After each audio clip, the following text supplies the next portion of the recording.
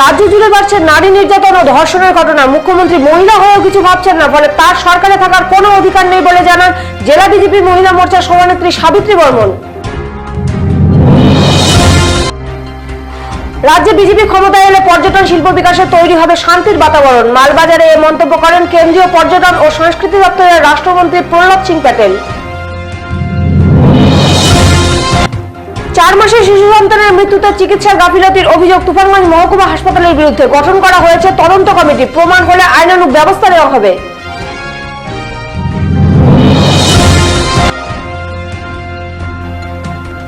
কোচবিহার ধর্মসভার অধীনস্থ স্টল ভাড়া নিয়ে বিভ্রান্তি। আদালতে মামলা চলছে। আদালতের রায় মাথা পেতে নেবে ধর্মসভা কর্তৃপক্ষ।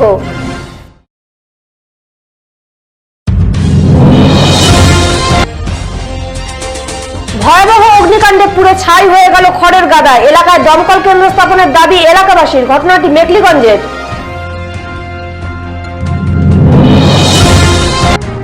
পথ দুর্ঘটনায় মৃত্যু হল উত্তরবঙ্গ রাষ্ট্রীয় পরিবহন নিগমের বাস কন্ডাক্টর মৃদুল দাসের। গোটা টার্মিনাস জুড়ে শোকের ছায়া।